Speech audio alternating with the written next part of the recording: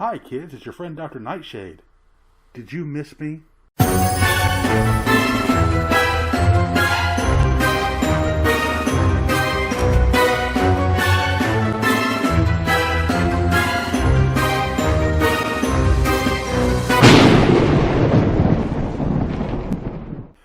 Welcome back to the Odditorium, kids. Today we've got some fun and exciting things to talk about. We're going to do some new segments on this show today. First up, Haunted America.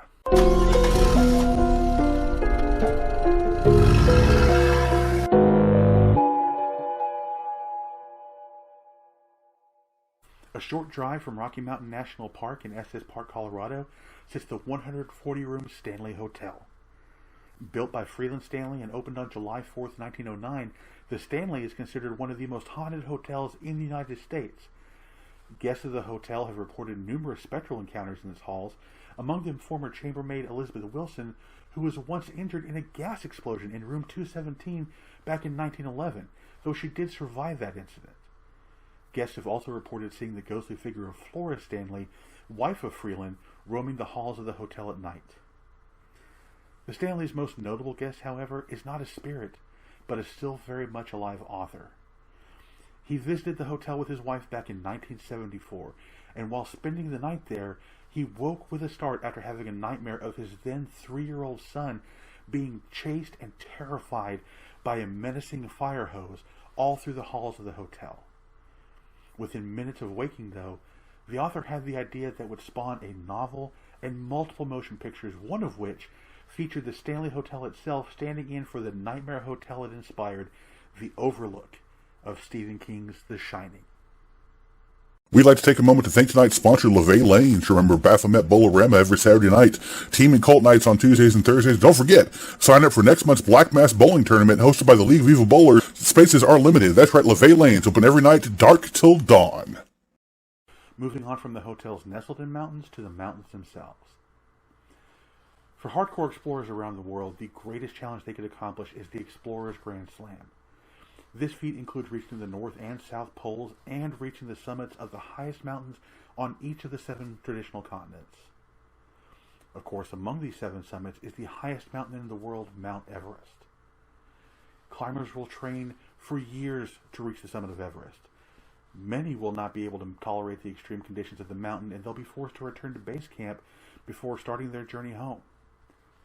Sadly, many more will not return home at all. And that's why today we're going to talk about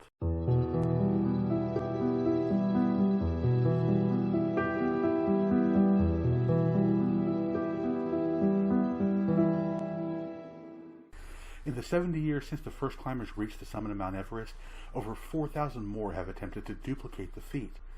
Of them, an estimated 300 have died, and of those, approximately 200 are still on the mountain, most in the area above 26,000 feet, grimly known as the Death Zone. In this area, oxygen is only 1/3 of what it is at sea level. Add in freezing temperatures, ice and frozen snow, treacherous terrain, and high winds, and you have a lethal combination for even the most experienced climbers. Because of the dangers of the mountain, if a climber dies, more often than not, they're just left where they fell, because trying to recover them and bring them home is far too dangerous. Because of the extreme weather of the mountain, many of the bodies are extraordinarily preserved.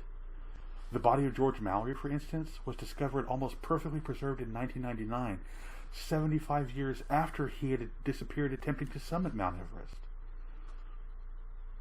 Many of the bodies that litter the mountain are used for unofficial landmarks. One body, referred to as Green Boots, because of the bright green climbing boots that he wore, lays at the entrance of a cave in an area where an estimated 80% of climbers normally stop to rest before proceeding to the summit. Despite these grim reminders of the fate that may await them, climbers still flock to Mount Everest by the hundreds every year to attempt to stand on top of the world. And for those of you watching that may plan to make that journey someday, mind your step. And say hi to Hannelore for me. If you're a fan of the Odditorium, check out Miskatonic Mystery Radio Theater every Saturday night on CTLU Radio at 8:05 p.m. Don't forget to join the Miskatonic Mystery Radio Theater fan club and get your free decoder ring. Leaving those poor souls back on Everest, we're now going to turn to something that I find very interesting. It's one of my favorite topics: Sideshow History.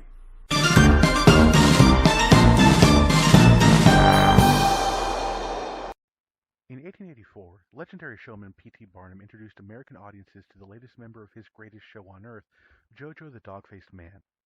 Born in St. Petersburg, Russia in 1868, Fedor Cheptychu was afflicted with the same medical condition his father Adrian had dealt with his entire life, hypertrichosis, which causes abnormal hair growth all over the body. Adrian had already become a famous European sideshow act called the Wolfman, and eventually, when Fedor became old enough, he would travel with his father from town to town. It was the horrific story of Adrian's fictionalized parentage, a bear and a Russian village girl, that piqued the curiosity of crowds of people that would come to see him and his young son. Adrian himself was portrayed as a slovenly monster, whereas the young and endearing Fedor captured the hearts of audiences everywhere they went. Sadly, Adrian would die of alcoholism, but Fedor would go on to capture the attention of Barnum. Under P.T. Barnum, Fedor would be renamed Jojo the Dog-Faced Man, and would go on to become a beloved part of Barnum's shows due in large part to his kind and gentle nature. Years after Barnum passed, it would be Fedor that led the charge for sideshow performers to be legally referred to as prodigies instead of the derogatory freaks. Fedor would sadly pass away due to a bout of pneumonia while on tour in Greece in 1904 at the age of 36. Hey friends, Dr. Nightshade here. Thanks so much for stopping by today. If you liked the video, please be sure to like it, hit subscribe, turn on the notification bell so you know whenever I put up a new video. And if there's some strange and unusual fact or historical event you want me to review, leave it in the comments. And we'll see you next time right here at the Odditorium.